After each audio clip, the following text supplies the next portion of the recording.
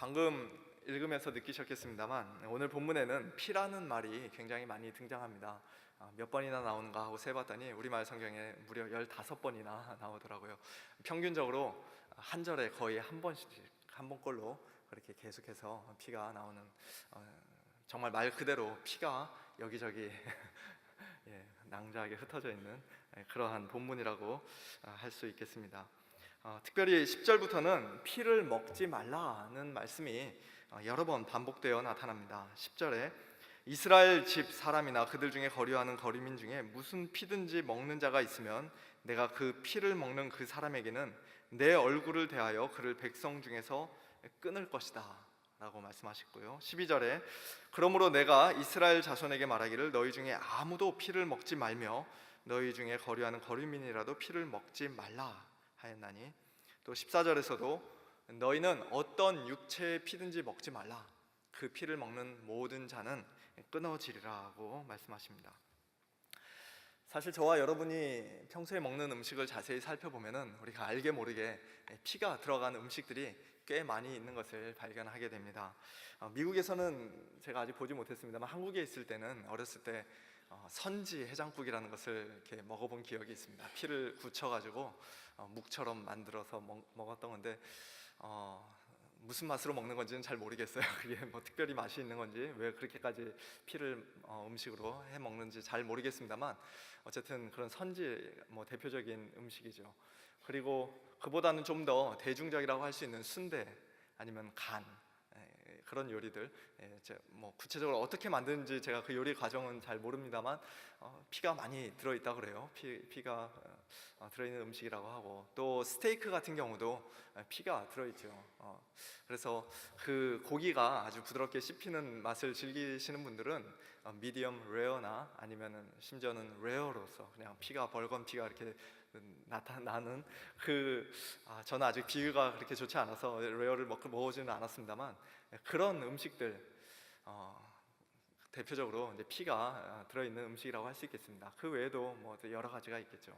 자, 그런데 문제는 오늘 본문 말씀에 의하면은 그런 음식들은 하나님께서 절대로 먹지 말라고 하신 것이고, 먹는 경우에는 백성 중에서 끊어질 것이다, 내가 그를 끊어버릴 것이다 라는 그런 경고의 말씀까지 덧붙이신 음식들입니다. 자, 그럼에도 불구하고 저와 여러분을 포함하여서 오늘날 대부분의 그리스도인들은 그런 음식들을 없어서 못 먹지, 먹을 기회만 있다면은 아무런 거리낌 없이 우리가 대부분 다 잘 먹는 것이 사실입니다. 그런데 여러분, 한번 그런 음식들 정말로 그렇게 다 그냥 먹어도 되는 건지 한번 심각하게 고민해 보셨습니까? 하나님께서 그렇게 먹지 말라고 하셨는데 먹어도 되는 건지, 만약에 오늘날은 그런 것들 다 먹어도 괜찮다면 오늘 함께 읽으신 이런 본문 말씀과 같은 성경 말씀은 우리가 어떻게 해석을 해야 되고 오늘 우리와는 어떤 상관이 있는 걸까요? 실제로 여호와의 증인들은 피를 먹지 말라는 이 말씀, 이 명령을 지키기 위해서 피가 들어간 음식을 먹지 않는 것은 물론이거니와 더 나아가서 그들은 수혈까지도 하지 않는다고 합니다. 교통사고를 당하거나 이런저런 이유로 큰 수술을 해야 할 경우에도 출혈이 너무 심해서 반드시 수혈을 해야 한다 해도 죽으면 죽었지 절대로 수혈을 하지 않는 것으로 유명하죠. 우리가 보기에는 수혈받는 것과 피를 먹는 것은 전혀 서로 다른 그런 별개의 문제 같습니다만, 그러나 수혈을 받음으로써 남의 피가 내 몸에 들어오면 결국에는 그게 먹어서 내 몸에 들어오는 거나 마찬가지라고 생각을 하는 것 같습니다. 여호와의 증인들이 삼위일체 하나님이나 또 예수님의 신성과 같은 정말로 중요한 교리는 끝까지 믿지 않으면서도 피를 먹지 말라는 하나님의 이 명령만큼은 어떻게든지 한번 제대로 지켜보겠다고 그렇게 목숨을 걸면서까지 열심히 지키는 모습이 어떻게 보면 참 아이러니하다고 할 수 있습니다. 어쨌든 여호와의 증인들의 이런 예를 통해서도 알 수 있듯이, 또 우리 개신교 안에서도 어떤 분들은 오늘날에도 우리가 피를 절대 먹어서는 안 된다 그렇게 말씀하시는 분들도 있는데요.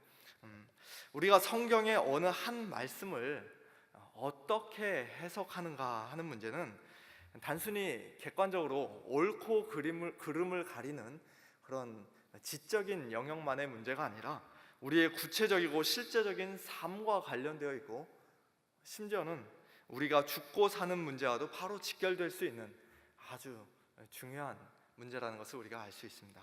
만약에 그 사람들의 그 성경 해석이 옳다고 한번 가정해 보십시오. 즉, 피를 먹는 것을 하나님께서 오늘날에도 여전히 금지하시고, 피 먹는 것을 하나님이 정말 가증히 여기시고 정말 극도로 싫어하신다면은 우리가 그렇게 그런 음식들 먹어서는 안 되겠죠. 더군다나 제가 오늘 이 자리에서 여러분 오늘날에는 우리가 얼마든지 그런 피를 먹어도 괜찮습니다. 그 말씀들은 옛날 구약 시대에만 해당되던 그런 율법입니다. 그런 율법으로부터 이제 자유하십시오라고 만약에 제가 설교를 한다면, 그래서 여러분들이 예전보다 더 담대하게 아무런 거리낌 없이 마음대로 더 많이 그 피를 먹는다면, 저는 여러분으로 하여금 하나님께 아주 큰 죄를 짓도록 만드는 사람이 되고 말 것입니다.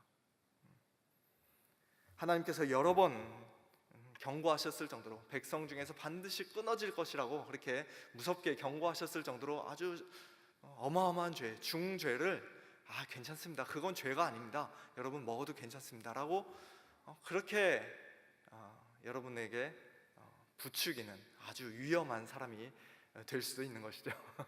그런 거 생각하면은 지금 이 말씀 전한다는 것이 정말 그냥 통밥으로 해서는 안 되는구나 라는 것을 다시 한번 생각하게 됩니다. 아주 시리어스한 문제죠. 그러므로 우리가 성경을 바르게 해석하는 일은 너무나도 중요합니다. 베드로후서 3장을 보면 당시에 사도 바울이 쓴 여러 편지들과 관련해서 베드로가 이렇게 말씀합니다. 또 그 모든 편지에도 이런 일, 예수님의 재림에 관한 말씀들이 있는데요, 그런 일들에 관하여 말하였으되 그 중에 알기 어려운 것이 덜어 있으니 무식한 자들과 굳세지 못한 자들이 다른 성경과 같이 그것도 억지로 풀다가 스스로 멸망에 이르느니라. 그러므로 사랑하는 자들아, 너희가 이것을 미리 알았은즉 무법한 자들의 미혹에 이끌려 너희가 굳센 데서 떨어질까 삼가라. 하나님의 말씀을 자기들 마음대로 함부로 억지로 풀다가 스스로 멸망에 이르는 자들이 있으니 우리 성도들은 그런 자들의 미혹에 이끌리지 않도록, 굳센 데서 떨어지지 않도록 조심해야 한다는 것입니다. 저는 여러분들을 미혹하는 자가 되지 않기 위해서 오늘 이 본문 말씀을 가지고 한 주간 동안 기도하면서 또 연구하면서 나름대로 고민하고 씨름을 했습니다. 오늘날 우리가 이 피를 먹어도 되는 것인가 말아야 되는 것인가, 괜찮은가 안 되는가, 뭐 그런 거 가지고 고민을 하냐, 유치하다, 혹시 속으로 그렇게 웃으시는 분들이 계실지 모르겠습니다만, 오늘날 우리가 피를 먹어도 되는가 안 되는가 이 문제는 오늘날 우리가 돼지고기를 먹어도 되는가 안 되는가 이거보다는 좀 더 복잡하기 때문에 그렇게 고민이 되는 것입니다. 두 가지 이유 때문인데요, 크게 보면 하나는 피를 먹지 말라 하는 명령이 모세 율법에서 처음 주어진 것이 아니라 노아 홍수 직후인 창세기 9장에서 모든 사람들이 다 죽고 그 당시에 유일하게 살아남은, 그 당시로서는 전 인류에 해당하는, 온 인류에 해당하는 그 사람들에게 주어졌기 때문입니다. 창세기 9장 3절과 4절 말씀 보시면 모든 산 동물은 너희의 먹을 것이 될지라. 돈 주고 샀다는 게 아니고 살아있는 동물은 너희의 먹을 것이 될지라. 채소같이 내가 이것을 다 너희에게 주노라. 그러나 고기를 그 생명되는 핏째에 먹지 말 것이니라 말씀합니다. 두 번째 어려움은 신약 시대에도 사도행전 15장에서 이 문제가 한 번 더 언급되기 때문입니다. 이방인 성도들이 모세 율법을 지키거나 할례를 받지 않아도 오직 믿음으로, 오직 은혜로 구원받는 것이라는 원칙을 예루살렘 공의에서 사도들이 다시 한번 분명하게 정리해 주었습니다만 야고보가 끝에 다음과 같은 말을 덧붙입니다. 15장 19절부터 보시면 그러므로 내 의견에는 이방인 중에서 하나님께로 돌아오는 자들을 괴롭게 하지 말고 다만 우상의 더러운 것과 음행과 목매어 죽인 것과 피를 멀리하라고 편지하는 것이 옳다. 그렇게 말씀합니다. 이처럼 창세기 9장과 사도행전 15장 말씀이 레위기 17장 오늘 본문 말씀을 앞뒤로 딱 든든하게 서포트 해주고 있으니까 피를 먹지 말라는 이 명령은 단순히 돼지고기를 먹지 말라는 것과는 좀 다르게 우리 모두에게 지금까지도 오늘날까지도 동일하게 적용되는 영원한 명령인가 보다라고 그렇게 생각하기가 쉬운 것이죠. 그렇게 충분히 오해할 만하지 않습니까? 그 오해를 풀기 위해서 피를 먹지 말라고 하나님께서 명하신 이유에 대해 이 시간 좀 더 우리가 자세히 살펴볼 필요가 있습니다. 오늘 본문 11절과 14절에서는 그 이유에 대해 이렇게 말씀합니다. 11절 육체의 생명은 피에 있음이라 내가 이 피를 너희에게 주어 제단에 뿌려 너희의 생명을 위하여 속죄하게 하나니 생명이 피에 있으므로 피가 죄를 속하느니라. 14절에서도 모든 생물은 그 피가 생명과 일체라 모든 육체의 생명은 그것의 피다라고 말씀하고 있고요. 또 아까 창세기 9장 4절에서도 고기를 그 생명되는 피째 먹지 말라고 말씀하셨는데 그 말씀을 통해서 우리가 알 수 있는 것은 그 피가 그 고기, 그 짐승의 생명이 된다는 것을 알게 됩니다. 자, 이처럼 육체의 생명이 피에 있다, 피가 생명이다 라는 말씀은 육체의 생명이나 또 어떤 영혼이 그 피 속에 신비하게 혹은 마술적으로 그렇게 숨어 있거나 깃들어 있다는 그런 의미가 아니라 피가 곧 생명을 상징한다, 피가 곧 생명이나 마찬가지다라는 그러한 의미로 하신 말씀입니다. 사람이든 짐승이든 피 없이는 그 생명을 절대로 유지할 수가 없기 때문이죠. 피가 우리 몸에서 다 빠져나가 버리면, 피가 없어지면, 피를 쏟아버리면 한마디로 죽기 때문입니다. 자, 이처럼 피와 생명을 하나님께서 아주 긴밀하게 뗄래야 뗄 수 없을 정도로 그렇게 연결시켜 놓으셨는데요. 그 이유는 단순히 모든 생명이, 피를 가진 모든 생명이 다 존귀하고 신성하다라는 것을 가르쳐 주시기 위함은 아닙니다. 사람이든 소나 양 같은 짐승이든 심지어 파리나 개미나 지렁이 같은 미물이든 결국 모든 생명은 다 똑같이 신성하다. 그러므로 피를 흘려서는 안 되고 다른 생명체를 함부로 죽여서는 안 된다. 그런 식의 가르침은 불교나 힌두교에서는 우리가 찾아볼 수 있을지 몰라도 우리 기독교의 가르침은 아니죠. 아까 창세기 9장에서 이미 보았듯이 모든 산 동물은 사람이 얼마든지 먹을 수 있도록 하나님께서 허락해 주셨습니다. 오늘날 인권 보호하시는 분들은 동물의 인권, 뭐라고 인권이 아니라 사람의 인권, 뭐라고 해야 될지 모르겠습니다. 동물들의 권리를 보호하시는 분들은 별로 좋아하지 않을지 몰라도 동물은 사람의 음식으로 하나님께서 정당하게 허락을 해주셨어요. 다만 피를 먹지 말라고 한 것이죠. 오늘 본문 11절 말씀 다시 한번 보시면 하나님께서 이 짐승의 피를 생명과 이렇게 긴밀하게 연결시켜 놓으셨을 뿐만 아니라 특별히 제단 혹은 속죄 그런 것과도 아주 긴밀하게 연결시켜 놓으신 것을 우리가 보게 됩니다. 11절에 육체의 생명은 피에 있습니다. 내가 이 피를 너희에게 주어 제단에 뿌려 너희의 생명을 위하여 속죄하게 하였나니 생명이 피에 있으므로 피가 죄를 속하느니라. 바로 이것이 피를 먹지 말라고 하나님께서 명하신 가장 중요한 이유입니다. 물론 피를 먹는 것이 당시 유행하던 어떤 이방 종교들 우상 숭배의 한 형태이기도 했고 다른 종교들에서는 그 피를 마시는, 제사 드리면서 피를 마시는 그런 관습들이 많이 있었다고 합니다. 또 피를 마시는 것이 뭐 의학적으로나 위생적으로나 우리 인간 몸에 별로 그렇게 좋을 것 같지는 않습니다. 제가 잘은 모르지만 그러나 그보다도 훨씬 더 중요한 이유는 피가 특별히 속죄를 위해 쓰이도록, 우리의 죄를 속하도록 하나님께서 정하신 방법이고, 또 하나님께서 우리 인간에게 주신 선물이기 때문에 그것을 먹지 말라고 말씀하시는 것입니다. 원래는 하나님 앞에 죄를 범한 그 사람이 반드시 죽어야 하는 것인데, 아무 죄 없는 소나 양이 그 죄인을 대신하여 죽임을 당하고 피를 흘리고 그 피가 제단에 뿌려지고, 그럼으로써 그 범죄한 사람의 죄가 다 용서를 받고 생명을 얻게 되는 그런 놀라운 일이 다름 아닌 피를 통해서 이루어지기 때문에 너희는 그 피를 절대로 먹지 말라, 피를 함부로 취급하지 말아라, 피를 우습게 여기지 말라고 하나님께서 말씀하신 것이죠. 창세기 9장 노아 홍수 직후에 피를 먹지 말라고 말씀하신 이유도 마찬가지입니다. 노아 역시도 제단에서 짐승의 피를 흘림으로써 속죄받는 이 구원의 원리에 대해서 이미 잘 알고 있었습니다.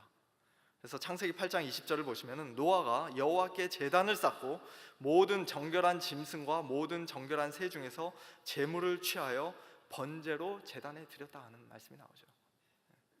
노아 시대에도 이 지상에는, 땅에는 제단이 있었어요. 노아가 아니라 사실은 그 이전에, 훨씬 이전에 창세기 4장에 보시면 아벨이, 아담의 아들인 아벨이 이미 양의 그 첫 새끼와 그 기름으로 하나님께 제사를 드리는 장면이 나오고요.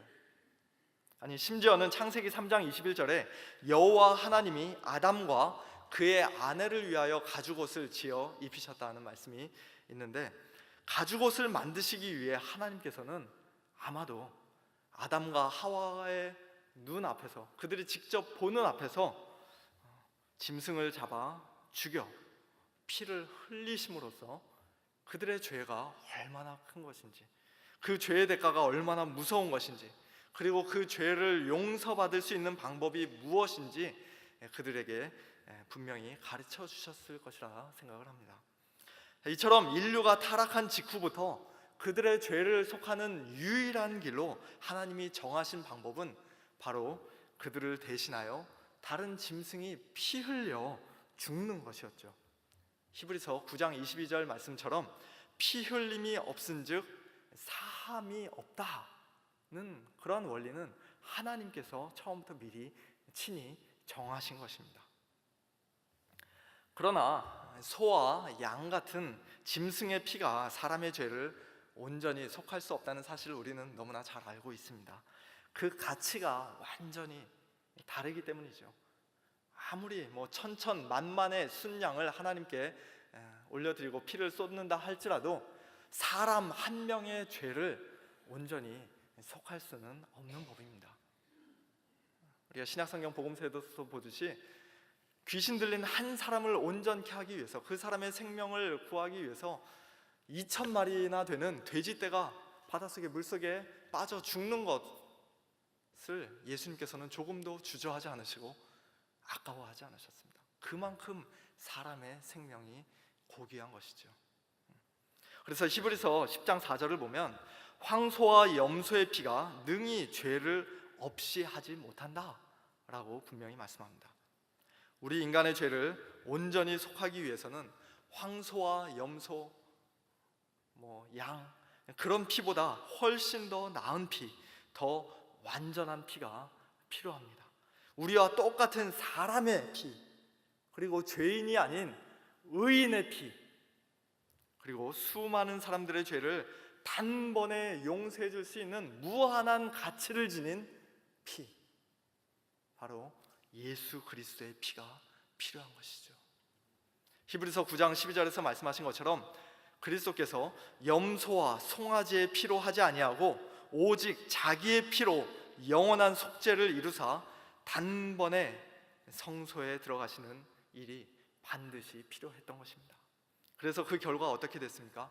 13절과 14절 말씀을 계속 보시면 염소와 황소의 피와 및 암송아지의 죄를 부정한 자에게 뿌려 그 육체를 정결하게 하여 거룩하게 하거든 하물며 영원하신 성령으로 말미암아 흠없는 자기를 하나님께 드린 그리스도의 피가 어찌 너희 양심을 죽은 행실에서 깨끗하게 하고 살아계신 하나님을 섬기게 하지 못하겠느냐? 얼마든지 할 수 있다! 라고 말씀하십니다. 예수 그리스도의 피로 영원한 속죄함을 얻고 거룩하게 된 저와 여러분은, 우리 성도들은 이제 더 이상 거짓된 우상이 아니라, 사탄 마귀가 아니라, 이 세상이나 아니면 내 안에 있는 정욕이 아니라 오직 살아계신 하나님, 참되신 여호와 하나님만을 깨끗한 양심으로, 거짓 없는 믿음으로 섬기는 자들이 되었다고 말씀합니다.